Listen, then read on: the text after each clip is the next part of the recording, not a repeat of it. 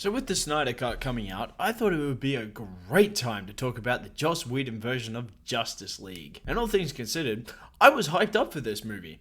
But fuck knows why. By all indications, Justice League was revving up to be a steaming pile of dog shit. Man of Steel managed to make Superman a symbol of hope and optimism and good old-fashioned decency into a boring, emotionless, and all-around unlikable character. While Batman vs Superman was a boring, convoluted mess with bad characters, a ludicrous plot, and a horrendous villain that tried in vain to set up multiple movies in the DCEU and forgot to set up its own good movie. Wonder Woman was a decent attempt at making a likable character with a good story, but fumbled at the finish line. And the less we talk about the Suicide Squad, the better. And this, unearningly, brings me to Justice League, a rushed attempt at an Avengers movie. But why is it so bad? Well, I'll start with the obvious. Most of this movie is an entirely different man's perspective. Zack Snyder, the man who directed both Man of Steel and Batman vs Superman, filmed most of this movie. But due to a family tragedy, he had to step away. Warner Brothers wanted to make this movie like the Avengers. So they brought in the man who directed the Avengers and Avengers Age of Ultron, Joss Whedon, to do some reshoots and make the movie funnier and get the movie under 2 hours. But because Warner Brothers weren't willing to push the release date back, Whedon had just a little under 4 months to reshoot the movie. And it shows. All the reshoots are unpolished and incomplete, making them extremely noticeable. From Superman's face to Ben Affleck's beard to unfinished backgrounds. The tonal changes are disconcerting. The climax of this film is where this is most noticeable. When they get off the Batjet, the background goes from dark blue to neon orange. The shadows that the characters produce in the scene don't match the bright colors. They all look like they're hiding in a dark area when they're in a bright environment, making for a very confusing scene. Other scenes can go from stunningly beautiful to visually ugly. The scene where the Justice League are standing side by side, apart from it being extremely abrupt, is disgusting to look at. Speaking of the Justice League, the characters in this movie are horrendous. But one quick question. Who the fuck is this family? Why does this movie constantly keep cutting back to them? We don't know any of these people. So why do we care? They don't have names, they don't have an arc, nor are they related to any of the other characters. So why do they have so much screen time? I was honestly expecting this movie to pull the rug out from under us and say they were Aquaman's family or something, but it never happened. Now you might be wondering why I'm talking about this family, but the fact that they have so much screen time and they have no relevance at all to the plot of the movie just goes to show that this movie's just wasting our time. They're wasting screen time on bullshit like a kid getting fly spray to fight off the parademons. Ha ha ha, they look like bugs. Now that we've gotten that shit out of the way, let's talk about a good character.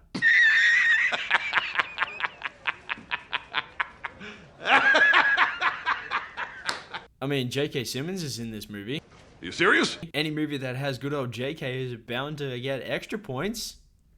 None of the Justice League are good, compelling characters. All of them are boring, dumbed-down versions of themselves. The Flash in this movie pisses me off. None of his jokes land, and he is a big inconvenience to the League.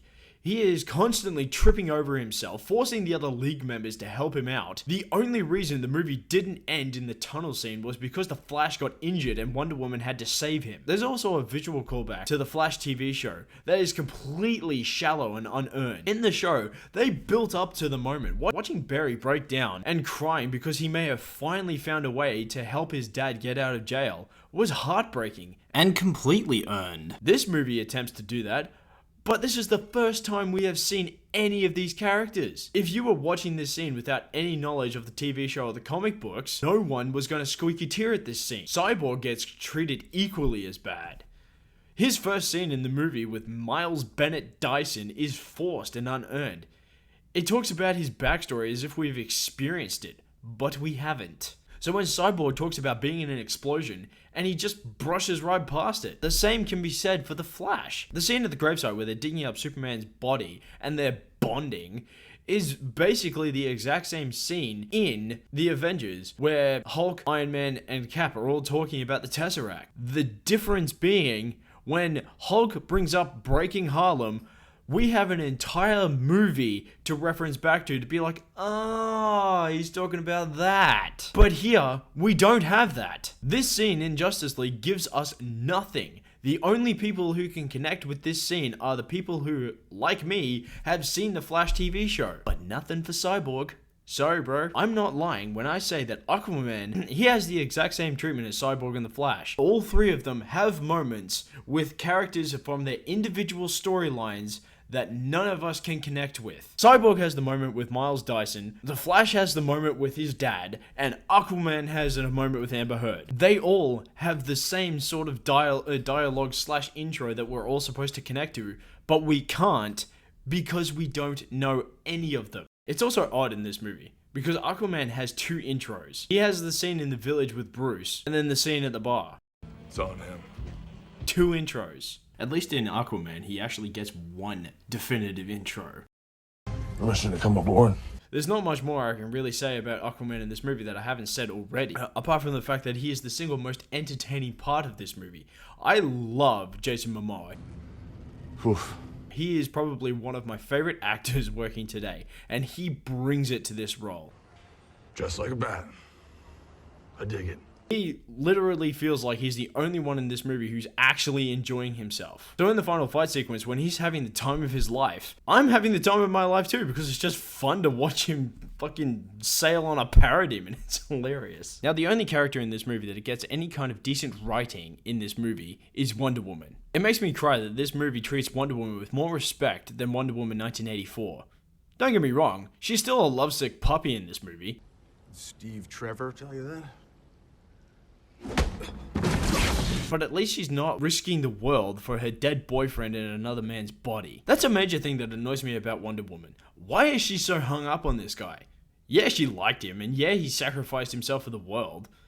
But it's been 100 years. Jesus Christ, anyone would have gotten over their relationship and moved on by that. This is also meant to be a big part of her character. She's meant to have I walked away from mankind 100 years ago. But for the life of me, I don't understand why, but I digress. Wonder Woman in this movie is the only one who has any kind of character arc. This movie kind of tells us that she could lead the team, but these moments are very few and far between. It barely focuses on this. And it's only really brought up in the last half of the movie, where Batman is like, lead the team, bitch. Because this isn't really focused on, in the final battle, when she's leading the team, it feels forced. It just feels like Batman was like, do it, bitch. I don't wanna. I said, do it. Okay. But at the very least in this movie, she's hopeful and optimistic. Until she isn't. I don't know. Maybe I'm just giving this movie a pass because Wonder Woman 1984 broke me. But in Justice League, she feels more like the Wonder Woman character that I know and love, and that ain't nothing. Also, why hasn't she taken up the mantle of Superman? It's not like she can take a fucking headbutt from the guy. Oh. That's awkward. More to the point, Wonder Woman stands for hope and optimism as Superman does. She would be perfect to take up his mantle, but she never does it. Batman in this movie gets butchered the most. He gets rendered to an incompetent moron who acts out of guilt rather than careful strategy. He cracks jokes at bullshit times and they never land. Yeah. Oh, something is definitely bleeding. Also, there's a moment when he's talking to Alfred. He says he's gonna bring out the big guns if Superman goes bad, and Alfred responds with, "Those are very big guns." I thought he was talking about some kind of kryptonite tank or something. But they're just talking about Lois. I mean, Amy Adams is hot and all, but Jesus. Those are very big guns. Damn! In fight scenes like the tunnel scene, Batman is getting tossed around like a rag doll and not really fighting, he's just running away. There's a scene where the Batclaw is about to fall away from Batman, but there's no tension here. I never once felt like Batman would die without his Batclaw. It's really painful to watch this because this is the exact same Batman who took on an entire crowd of soldiers in the last movie and cleaned house with them. So why is he struggling in this movie? The last movie, he held his own perfectly, especially against Superman. He fought fucking Superman for fuck's sake, and he's struggling against parademons? Are you serious? In some of these scenes, I really expected this to be a callback to Adam West as Batman. I was honestly expecting some of these scenes to have a moment. Also, why is Batman only now recruiting the Justice League? At the end of Batman vs Superman, he heavily indicated that he was going to. Help me find the others like you. Did you have a stroke? What took you so long? Maybe you were taking a really long horseback ride that is clearly only in this movie to be visually impressive. Seriously. The dude took a fucking horse to get Aquaman. Not the Batplane, Batboat, Batwing. He takes a horse. I'm being real with you, man. If you really think that an attack is coming, you seriously need to manage your time much better. And this really goes to show how dumb this version of Batman is. Even a simple scene like when he has the mother box, nothing indicates that it would bring Superman back. And even if it did, why do you need him back? Especially in the previous scene when Wonder Woman is taking on Steppenwolf single-handedly. Which brings me to another point of this movie. The threat level is completely unbalanced. Steppenwolf's power in this movie is consistently convenient for the plot. One scene, he can plow through an entire army of Amazonian warriors to barely holding his own against Wonder Woman. And I'm not kidding, the same criticisms of Aquaman, Cyborg, and The Flash all apply to this moron. Steppenwolf has no build-up, no scenes in which we learn about him prior to him popping up in the boom tube. This is meant to be the Loki of this movie, but we don't know anything about him. He wasn't in these movies before, aside from one brief scene in Batman vs Superman that was cut out of the theatrical edition, just proving how pointless it was in the movie. And believe it or not, Loki has the exact same intro in the Avengers. Whereas in the Avengers, the entire scene, which goes for about 5 minutes, was building up the anticipation of his arrival. So when he does pop up, we're all like, holy shit, it's Loki. When it happens here, anyone would be like, who the fuck is this guy? And the scenes when he pops up are reminiscent of Infinity War, when he rounds up the mother boxes and he just snatches them up like fucking candy. Which brings into question a later scene when he's interrogating random civilians for the mother boxes. When all the other times, he just randomly turns up and takes the box and leaves. Why were you interrogating those people? Did you forget you had this magical ability to just figure out where they are and then turn up? Does anybody else remember Infinity War? When the Avengers fought with everything they had to stop Thanos from taking the stones? Well, fuck that bullshit. We gotta resurrect Superman, motherfucker. Fuck's sake.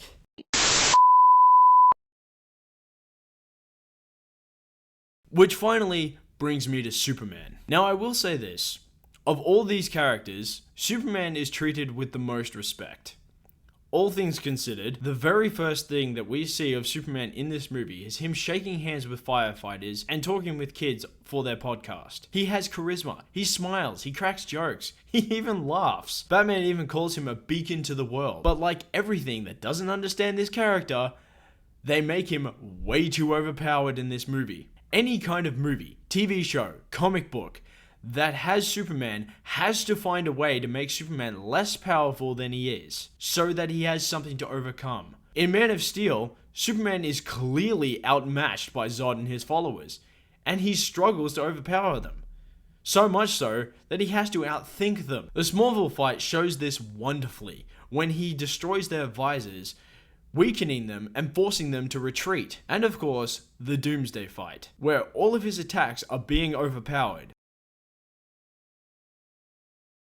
But here, he just turns up and overpowers Steppenwolf, like he's fucking nothing. The line from before where Bruce was like, Superman could lead this team better than I ever could, is completely pointless, because he doesn't even lead them. He just turns up and is like, So, how do I help?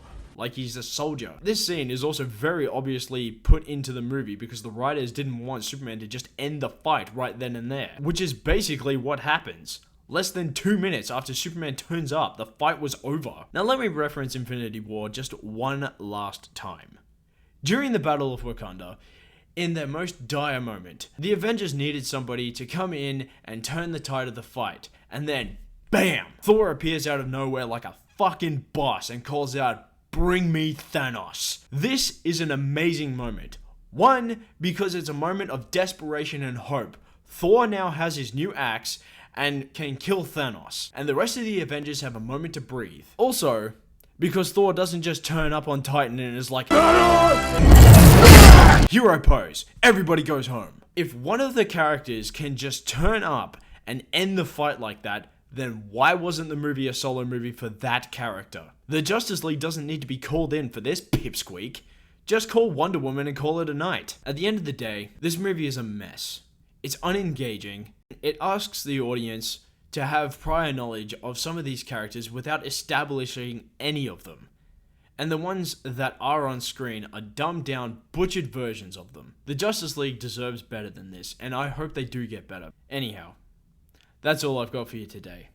If you like what you see here and you want to see more, click the subscribe button, hit the like button, and I'll see you all next time.